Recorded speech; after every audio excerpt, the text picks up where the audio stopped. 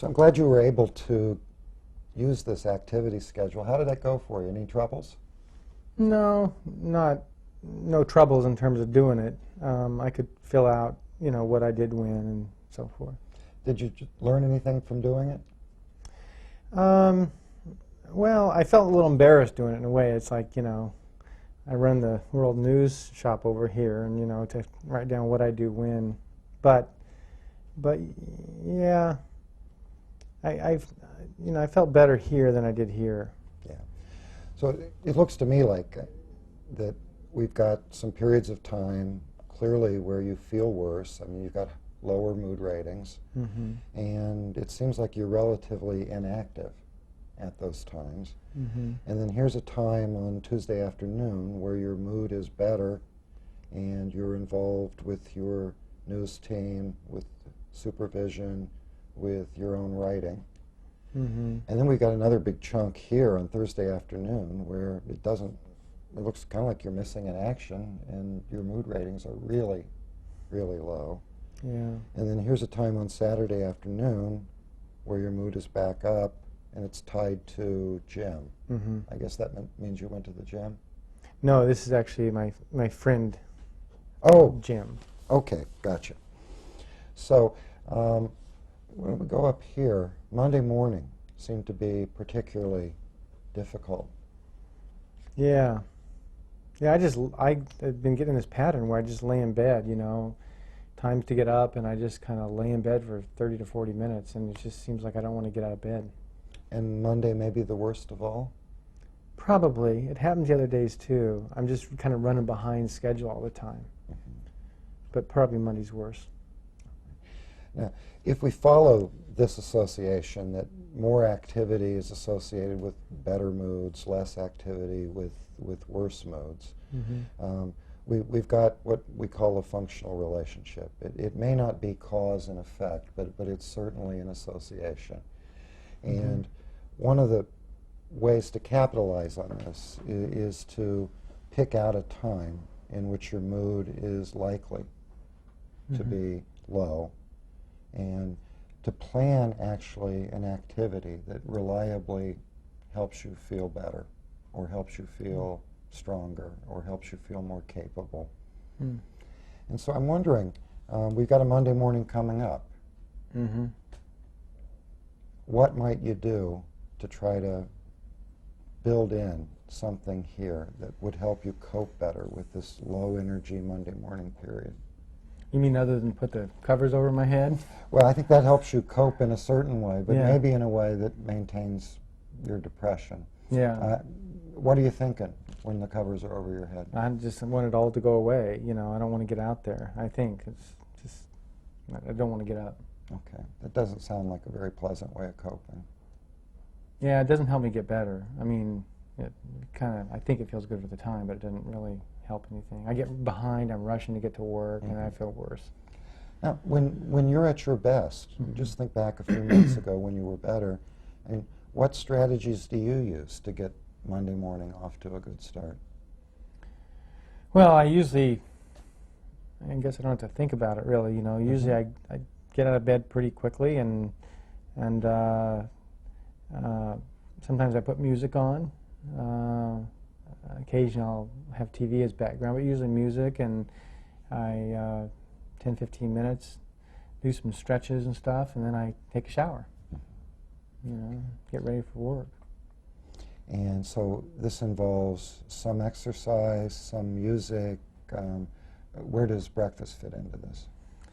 Well, after I'm done with all that, I actually like to sing in the shower, but I get so behind these days I don't do that. So I listen to music and then I sing a little bit. Music is kind of fun for me.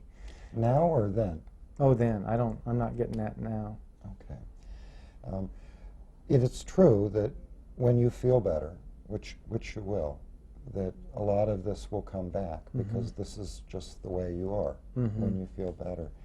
It's also true, at least we've found with other people, that if you would begin to do some of the things that you do when you're better, they'll have a positive effect on your mood. And it's kind of like, the horse usually pulls the cart, but on this occasion we need to push the cart and bring the horse along. So just kind of make myself get back into those same habits, and that should help. Just like here, when I'm doing some things I like, I feel better. Well, we got a relationship between doing things you like and feeling better, or not doing much and feeling worse, and we see it happen 4 different times over the course of the week. What I'm suggesting is that we could identify some actions that reliably help you feel better, plug them in, and see if it doesn't reduce or offset some of this bad time for you. Okay. Tell me about singing in the shower. Well, it's a little embarrassing, you know. But when you mention it, I feel a little good, you know. It's just something I've done all the time. I guess a lot of people do it, but I like gospel music and some older music, and so I sing some of that in the shower, and it kind of gets me off to a good start. And this is something that's fallen off in your lower days? Oh yeah, I'm in bed so long that I'm late for work, and I think I'm going to get criticized, so I just hurriedly, you know, get through shower and everything and get out of the house. Okay. Now we got a 2-day run-up to Monday morning. We've got Saturday and then Sunday. What do you think the chances are that you can willfully, intentionally, when you do get out of bed, Saturday and Sunday, sing and put music on, get yourself ready, sing in the shower? And I can do that. I want to stay in bed Saturday and Sunday. That's my time to sleep in, but... Well, I'm just suggesting that when you get up. Yeah. Yeah, I could do I could, I mean, it's not too far-fetched for me to put some music on and take my time and get in the shower and do what I do. So this is a homework assignment that you and I can agree upon, that you will do this at your own pace on Saturday and Sunday. Yeah, I'll do that. Now, what can we do to make it happen Monday at your old good morning time? Well, I think I just have to, you know, make myself get out of bed and kind of trust that what you say is true. If you just pull the horse along and do what you usually do, that I'll start to feel better, and I'll have to try it. Do you think it would help to actually kind of plan ahead, to think it through, to imagine the circumstance? Sometimes people can rehearse things in their mind, if you will, as a way of preparing for doing something. Maybe. I know I go to bed just beat, and I just think, oh, good, I'm in bed, so that may set me up just to stay in bed. And maybe if I'll practice, I can, over the weekend, think about that. I think, you know, I'll go to bed, but I'm going to get up and put my music on and get in the shower and kind of, you know, get myself going. Maybe if I just think ahead like that, that'll work. Okay.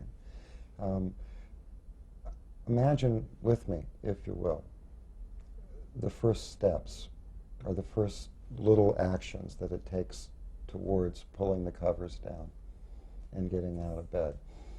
I mean, what's the sequence?